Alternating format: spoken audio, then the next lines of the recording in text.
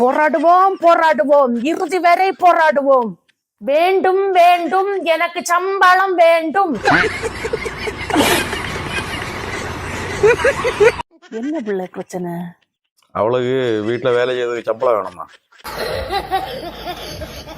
அங்க கேட்காதுங்க, அதான் என்கிட்ட கேளுங்க. எனக்கு செலவுக்கு வந்து ஒரு பைசா தாரது கிடையாது. பாத்துக்கிடுங்க.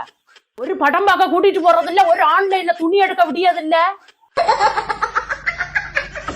அதான் நான் சொன்னேன், வீட்டு வேலையை ஒரு வேலைக்காரையை பாப்பா, நான் வேலையை போறேன். அப்ப எனக்கு தேவைன்னா ஏச்சும் கையேந்து நிக்கண்டா இல்ல. இல்ல நான் வேலையை போவே இல்லை. வீட்டுல உள்ள எல்லா வேலையும் நான் செய்யலாம். ஒரு வேலைக்காரையை வச்சா எத்தனை ரூபாய் சம்பளம் கொடுக்கணுமோ அதே சம்பளம் எனக்கு தரணும்.